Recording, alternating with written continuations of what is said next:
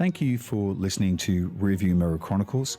To send me an email, please use rearviewmirrorchronicles@gmail.com, and to send me a message on WhatsApp, +60 16 425 6301.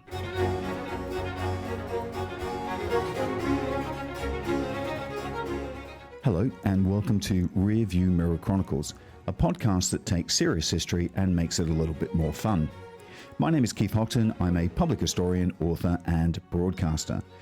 The topic today is the clan system of Scotland, the world-famous semi-tribal groupings that we associate with the Highlands of Scotland. Does the clan system really exist? Did they ever exist? It's an absolutely fascinating topic.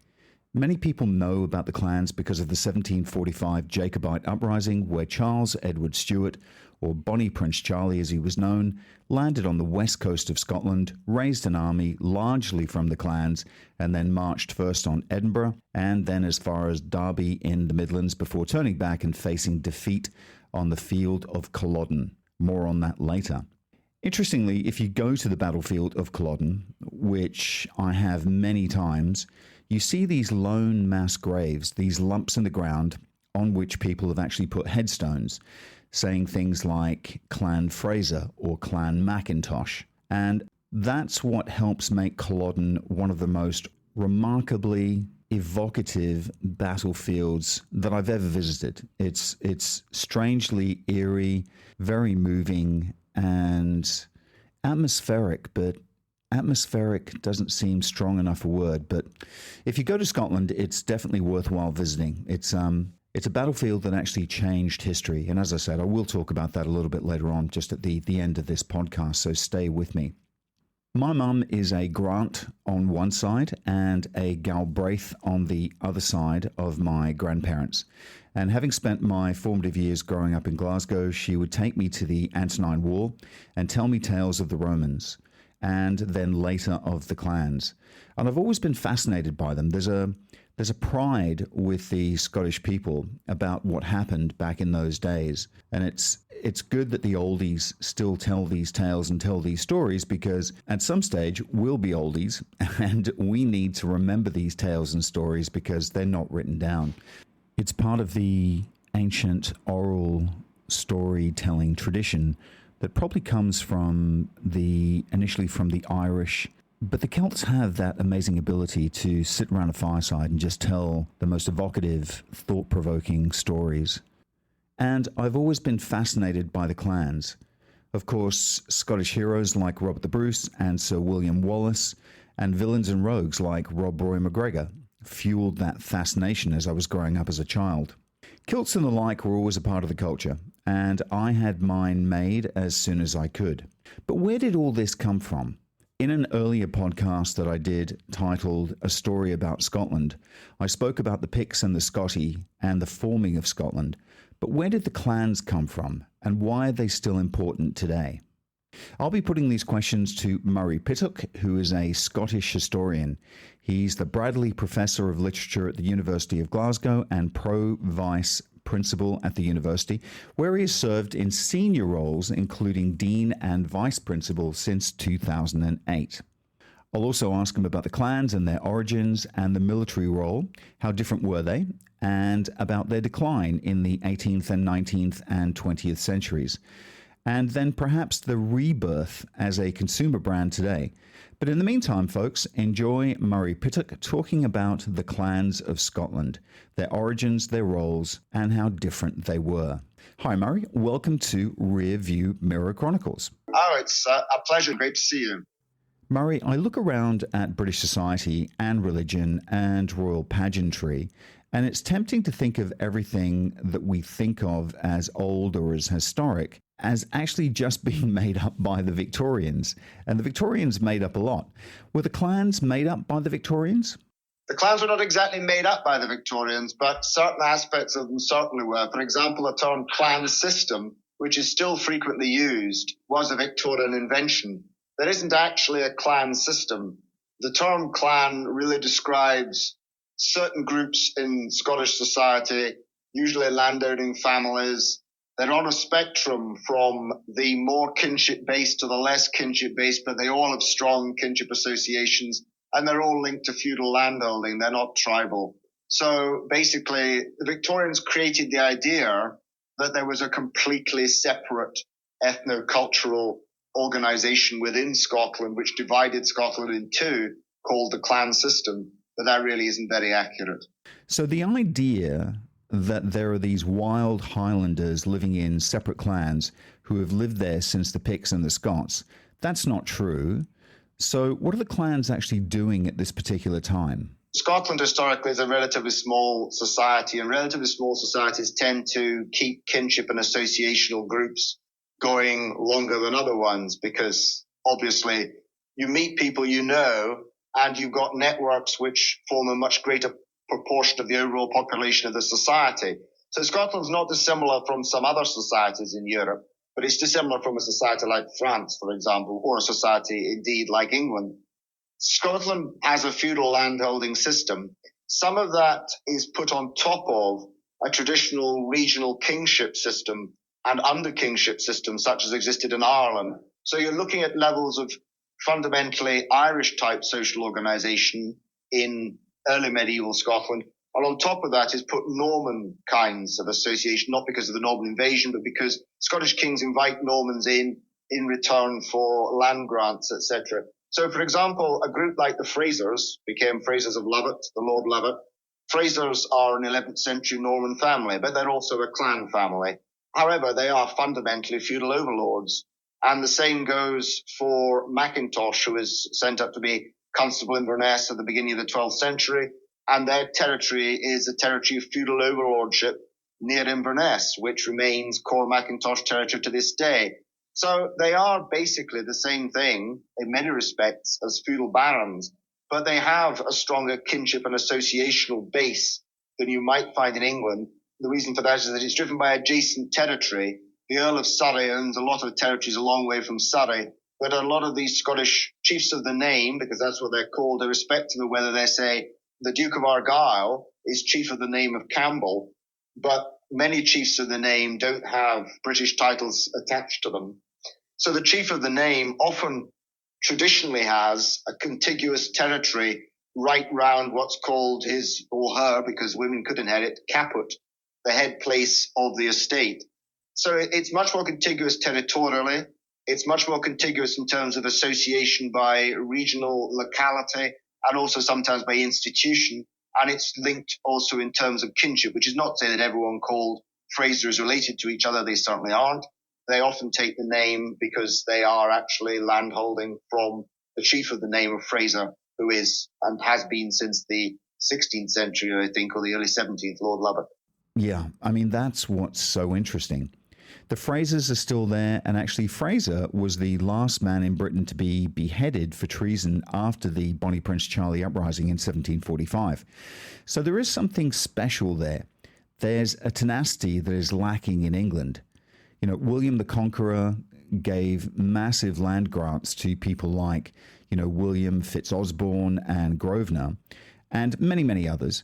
And after a few generations, they fall out with the king. And this is just, you know, hypothetical, but we know this happened. You know, they fall out with the king and land is given to, their land is actually then given to someone else. And we see this happening all the time through history.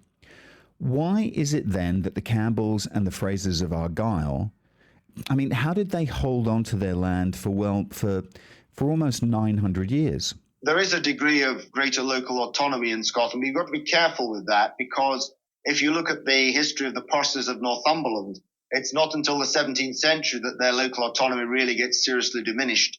Northumberland is a significant issue for the English crown right through into the 17th century, and the two risings against the Reformation in the 1530s and 1569-70 bring that home.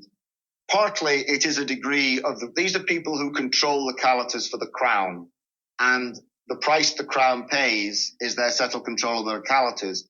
Also, I think contiguous landholding makes a significant difference because it makes the system more crystallized and there are fewer, as it were, feudal offcuts. Land is often also consolidated by marriage, as of course it is in England, but often not absolutely adjacent territorially. in the same way, though sometimes so. But I think the key element is the military element. Military service as part of landholding in Scotland persists for a much greater time than in England. When it comes to Bosworth, Richard III has a very, very hard time raising troops. And by the 17th century, Charles II fights at Worcester with a fundamentally Scottish army. I mean, he can't raise any troops in England, as indeed Charles Edward finds a century later. English society is atypical. It becomes much less feudalized at a much earlier date. But what happens in Scotland is that a lot of these troops are raised right the way through to the Jacobite period to fight for the Stuarts. And then, although there are many legislative changes to diminish the power of chiefs of the name, the only way in which that's finally diminished is by large-scale recruitment into the British Army. And so Fraser of Lovat's son, who himself is involved in the 45, ends up raising just about as many of the name of Fraser, 900 or 1,000, to fight in Canada in the late 1750s, as was the case with his father, and he raised 12 years earlier. The people who suffer are the ordinary adherents of the House of Fraser and their landholders and dependents in both cases. But military service via the British Army continues into the 19th century as a function of Scottish feudal landholding. And so in 1800, about 26% of Highland landowners and landowners in the north of Scotland are British Army officers. That's astounding. So there's a big crossover. The persistence of that crossover means that there's a great deal of gravity in the feudal system. Yeah, you're right. And the Fraser Highlanders played a decisive part in the fall of Quebec in 59. And then you have the Gordon Highlanders and all these other famous Scottish regiments. And they have these kinship ties, more so than any of the English regiments that are being raised at the same time. So what about Robert the Bruce? And I did a podcast on him on There's Always Tea before I started this podcast series. Is it true that during his struggle to gain independence from England that he makes a secret bargain that entrenches the power of some of these clan chiefs? Yes, he crushes some and he entrenches others. It's an existential struggle. So the chief of the name of Dougal, who takes the other side, suffers very severely. Bruce harries famously Buchan, which is the stronghold of Comyn in the early 14th century, and he privileges others. For example, the chiefs of the name of Oliphant, who become basically stewards in Forfarshire and Angus for the Bruce's reign. But one of the things that's interesting there is that the destruction of Buchan, which is loyal to Comyn, is loyalty to a joint Norman-Scots family. These people, I mean, Comyns have got Norman-Scots, Norman-Celtic. They're hybrids. They're not some kind of dwellers in the mists of the Iron Age outside history.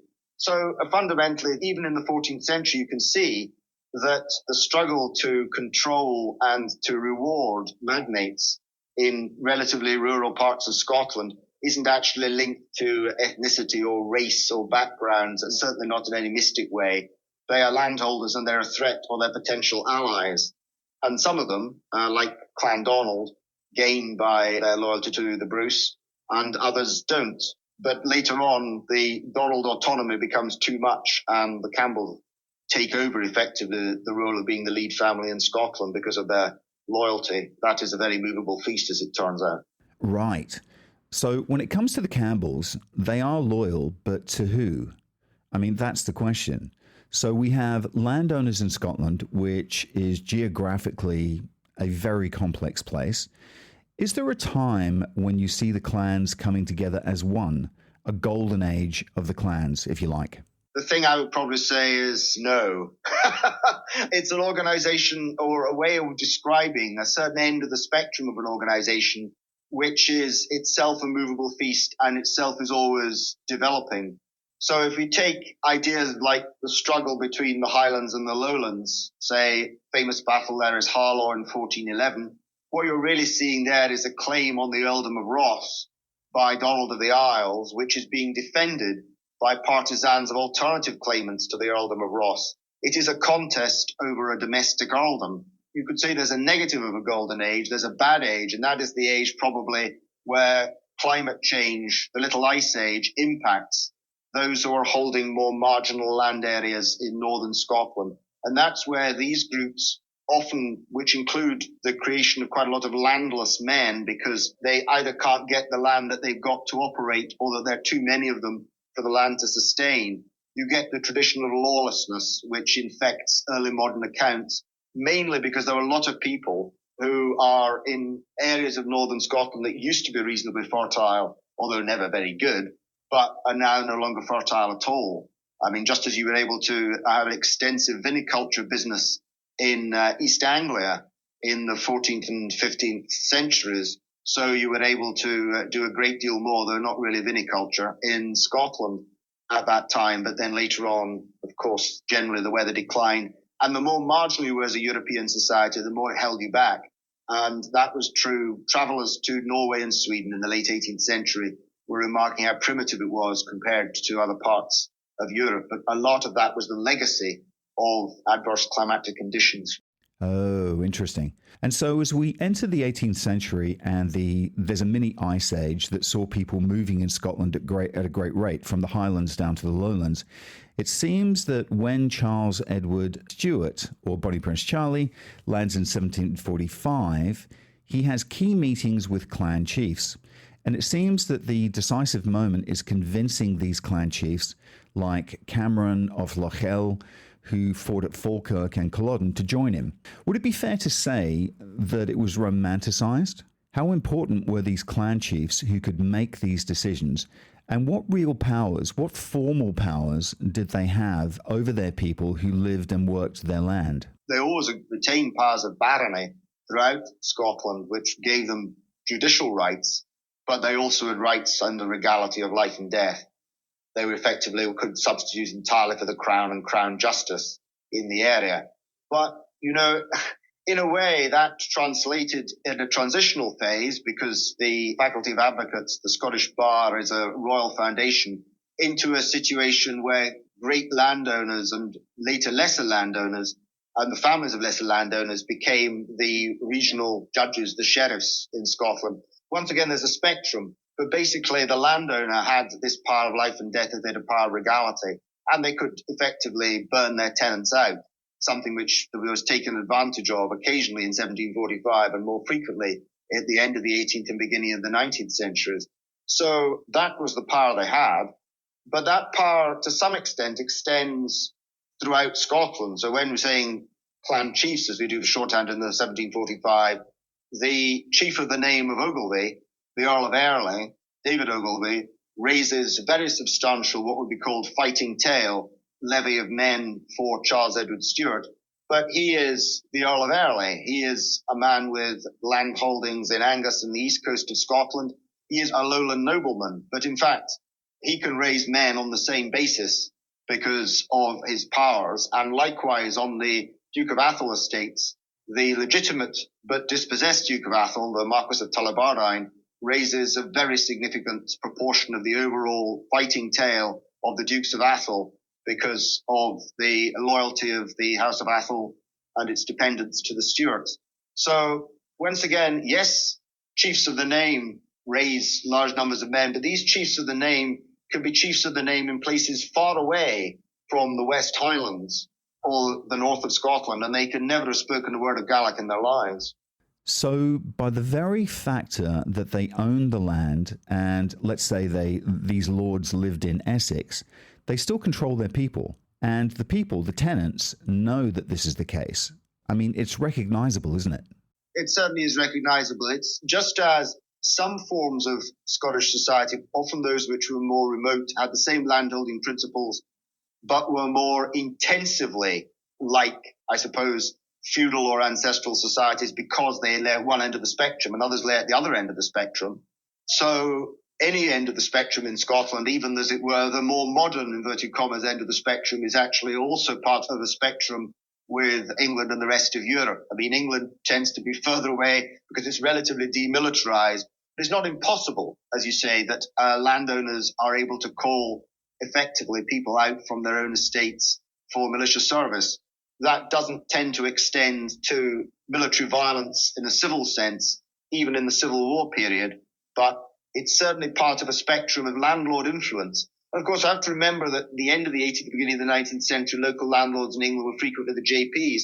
So they had rights of, if not life and death, being able to exclude people, dispossess them, make them homeless because of their local powers as magnates. So again, it is wrong to see the Scottish example as kind of completely separate. And that's because it's romanticized and frozen in aspect, and we tend to ignore the fact that English society and other societies go along a similar trajectory. What about the clans after 1745? What happens to the clans after that? Well, there's an extensive occupation, in fact, throughout Scotland by the British Army, and that takes a very long time to resolve. It's clearly not resolved from the correspondence of the commanding officers and their letterbooks, etc., within 8 or 9 years. And the things that do resolve it in the end are the recruitment of troops at scale into the British Army, because the incentives to recruit are quite high in cash terms. They can be up to £5 a man. Often the landowners get a lot of that, but they do it on the basis of the promise of land grants. And land grants are made both in the new territories, for example, there are land grants to the Fraser servicemen in Canada, and they're also made on the home estates. The trouble with that is land is really important to the average recruit, but the trouble is that leads over time to highly portable and very small landholding, which, again, in adverse climate conditions, or sometimes even not by this stage, by the end of the 18th century, is economically unsustainable. So in a way, the large-scale recruitment into the British Army accelerates the need for the clearances, because people can no longer afford their rents and their lands can no longer sustain them. So effectively, they're often moved or are moved to the coast or overseas. There are very widely variant ways in which that's carried out, some of which are horrific and some of which are closer to economic migrancy. Once again, it's a highly mythologized but also incredibly disruptive and unpleasant process. And let's just take a short break for a message from our sponsor. Autonomous is your one-stop shop for your Malaysia My Second Home visa. But they are much more than that. When you sign up with Autonomous, you become part of a larger community, a community that cares about you in Malaysia. And that's important when you move to a new home. So for more information, call Autonomous or WhatsApp them on +60 12 493 7270 or visit their website www.penangmyhome.com. And we are back. So what about the tartans and the games, the Highland games and everything that we associate with the clans of Scotland? The first Highland Games in Scotland appears to have been at Falkirk Tryst in 1780, though Falkirk is not the first place, as it is midway between Edinburgh and Glasgow, that you might expect to have a Highland Games. But they are fundamentally, in terms of their growth and development, a romantic and Victorian phenomenon.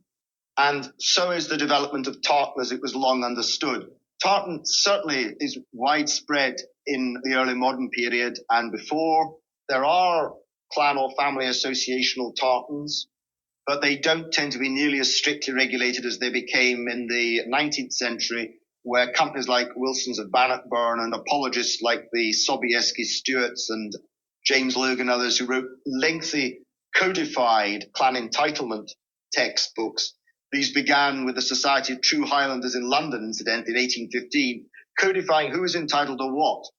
And this idea that you weren't entitled to wear your X tartan unless you belonged to family X, that was a completely 19th century idea, because tartans originally badges of association and loyalty, not bloodline. And they created the idea of an ethno-cultural tribal society, which Scotland could fit into in the British Empire. So in 1897, the Diamond Jubilee, there are Scots Highlanders parading alongside Zulus and other groups from the British Empire because they seem to fulfill the same criteria.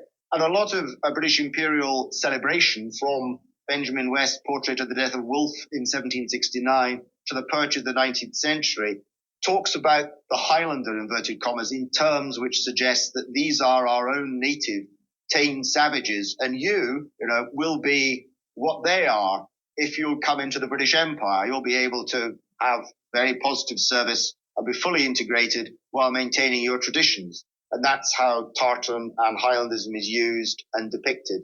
But that is very largely, apart from its less pleasant imperial overtones, a romantic and Victorian invention. And even today, the clan chiefs still exist. I've seen them. I've been to talks that they've given. I've seen them flown over to America, all expenses paid, of course. And they preside over their people of their clans in America. But they keep a lot of this quiet. Why is that? Well, I mean, they doubtless are chiefs of the name, so they're entitled to that. One of the interesting things that's happened in more recent years is the appointment of subsidiary chiefs of the name in, for example, North America, who maybe have not related at all to the line of the chief, but happen to have done a lot for the clan in North America. There's a kind of honorary membership of the top tier, if you like. So one of the paradoxes about this is that the 19th century saw tartan really portrayed as the badge of locality and ethnicity. It's always been a badge of locality and association, but it intensified that sense of locality and ethnicity as never before. And yet it was that helped create the idea of tartan as a global signifier of family and more latterly association, because associational rather than family tartans are a big growth story of the last 40 years, and not just in Scotland, where there have been Pakistani and Sikh and other associational tartans have developed, and they've developed elsewhere. But the irony is that this tense badge of locality has become a global signifier, not just of family, but also of Scotland. It's one of the most recognizable global signifiers of Scottish nationality worldwide. And that's a paradox born out of the British Empire. And do the clan chiefs of today have any formal powers? In fact, clan membership, as we know, it's not a given. So if you were born in Scotland, there's actually no suggestion that you're actually a member of a clan, is there? And the clan chiefs, I don't think, have any powers whatsoever. No real formal powers unless they have any powers they may exercise as a feudal landholder, because if one were to take the current Farkas Invercald, 33rd chief of the name of Farker and 17th Baron Invercald, his landholding lies roughly where it lay in 1600. He has about, some have been sold recently, but about 40,000 hectares, 100,000 acres along the Dee, and maintains that. So in that sense, there are people there who are his dependents, as was always the case. They're dependents in terms of Scottish landholding and those rental obligations, not in terms of anything ancient and feudal. But otherwise, anyone who is, for example, is chief of the name of Farker or Farquharson can say that this is my chief, wherever they are in the world. But there's no obligation on them. They just have a sense of belonging. And since a sense of belonging is what people like, and a sense of belonging without any obligation on you is even better, it's understandably very popular. So what happens if your mother is a Farker and marries a Smith? I mean, can you still say that you're a Farker and be part of the Farker clan? Well, absolutely, you can be part of it. And the descent of the chief of the name frequently goes to people with no acquaintance with the estate, and often people who are born far away from Scotland but may never have really seen it until the day they inherit. This certainly happens. But of course, women can inherit. And since you can have a chief of the name who is female, the matrilinear and patrilinear naming is less critical than it might be otherwise. A chief of the name can marry and still retain their name because they are the chief of the name. So for those of you not familiar with the Battle of Culloden, it occurred on the 16th of April, 1746, and it actually marked the end of the Jacobite uprising of 1745. This conflict effectively aimed to restore the exiled Stuart monarchy, which of course was led by Bonnie Prince Charlie, and who was challenging the reigning Hanoverian dynasty. So during the battle, which happened near Inverness, the Jacobite forces, primarily the Highland Scots, faced the British government troops led by the Duke of Cumberland. The government forces, with superior numbers and weaponry, secured a very quick and decisive victory. The aftermath of Culloden was grim for the Jacobites and Highland clans. The British government, under Cumberland's command, unleashed a brutal campaign of repression, including executions and forced displacement, which became known as the Highland Clearances. Highland culture was also targeted, and there were laws brought into place which banned traditional attire, the kilts and the like, and bagpipe playing. If you were caught playing a bagpipe, you would receive the death penalty. Culloden effectively spelled the end of the Jacobite era as a serious threat. Bonnie Prince Charlie went into hiding and fled to France, ceasing his bid for the throne. The battle's impact on Scotland was profound. It led to the decline of the clan system completely, it suppressed the Highland culture, and it increased centralisation of power in London. Scotland's integration into the United Kingdom deepened, and many Highlanders lost their ancestral lands forever. It was a battle that literally changed the face of Scotland, and Scotland was never to recover from it. There you go. Murray, thank you for taking part in this podcast. And of course, this is just one of many topics that is covered in your fantastic book, which covers the history of Scotland. Please tell our listeners what it's called. So it's Scotland, the Global History, and it's published by Yale University Press. Murray, thank you again. It was an absolute pleasure having you on the show, and I look forward to chatting to you again sometime in the future. Absolutely. Guys, just a big thank you to everyone who's supporting the show and sending emails in and recommending it to friends. It means a lot.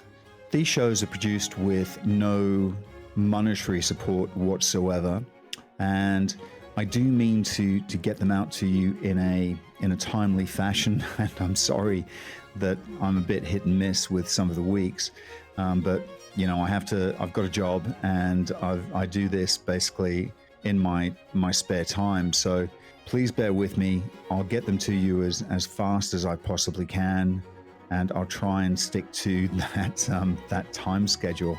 Thanks again, and I'll speak to you soon. Bye for now.